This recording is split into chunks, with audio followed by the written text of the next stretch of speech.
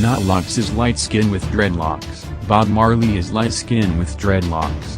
Does this mean that Knotlocks is a biracial clone of Bob Marley? Let's find out. Dreadlocks are bad for other people's egos. Know what else is bad for other people's egos? Righteousness. Righteousness? Freedom of thought, and standing up for our rights. You know who stands up for our rights righteously? You. Yes, you. You have done it in the past. You know who else has? Me. I too have stood up for something. This makes us brothers. This makes us united. Coincidence? I think not. Let's get deeper. Zack de la Rocha is a rebel.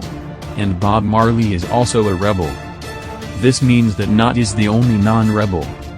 This means that my freedom of choice is not real. And freedom of choice is not real, then Knot has no freedoms. And if Knot has no freedoms, how can he afford to make YouTube videos about dreadlocks? If Knot cannot make dreadlock videos for his viewers, then obviously I am not a light-skinned clone of Bob Marley. It pains me to say this, but Knotlocks is not Bob Marley's clone. He is in fact the reincarnation. Knotlocks confirmed Bob Marley reincarnated.